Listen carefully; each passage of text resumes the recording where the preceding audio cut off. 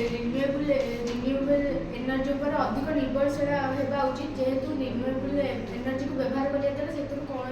क्षतिकारक gas बाहर जहाँद्वारा global warming होना किंतु नॉन रिन्यूएबल एनर्जी व्यवहार करिया द्वारा से बहुत गुड़े क्षतिकारक गैस निर्गत होची जहाँद्वारा कि आमर ग्लोबल वार्मिंग बढ़ुचे एवं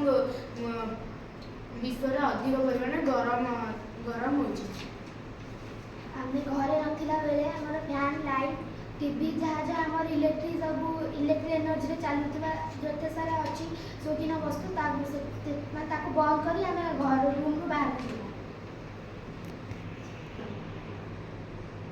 नॉन रिन्यूएबल एनर्जी को व्यवहार करने अपेक्षा हमें सोलार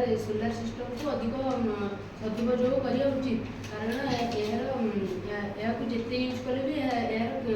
केवे सर ना तेणु आम सोलार सिस्टम को अधिक गुरुत्व देवा उचित। रिन्यूएबल एनर्जी गोटे बैड हैबिट होची सबू समय उपलब्धि हो पारनी जदि आम सौरशक्ति को व्यवहार करें तेज जो दिन वर्षा पाग थे से दिन सूर्य किरण भलसे पृथ्वी पर पड़ेनि तेणु आम सोलार सिस्टम को व्यवहार कर वाटर विद्युत बल्ब आम मैंने जो जालुं बंद करदे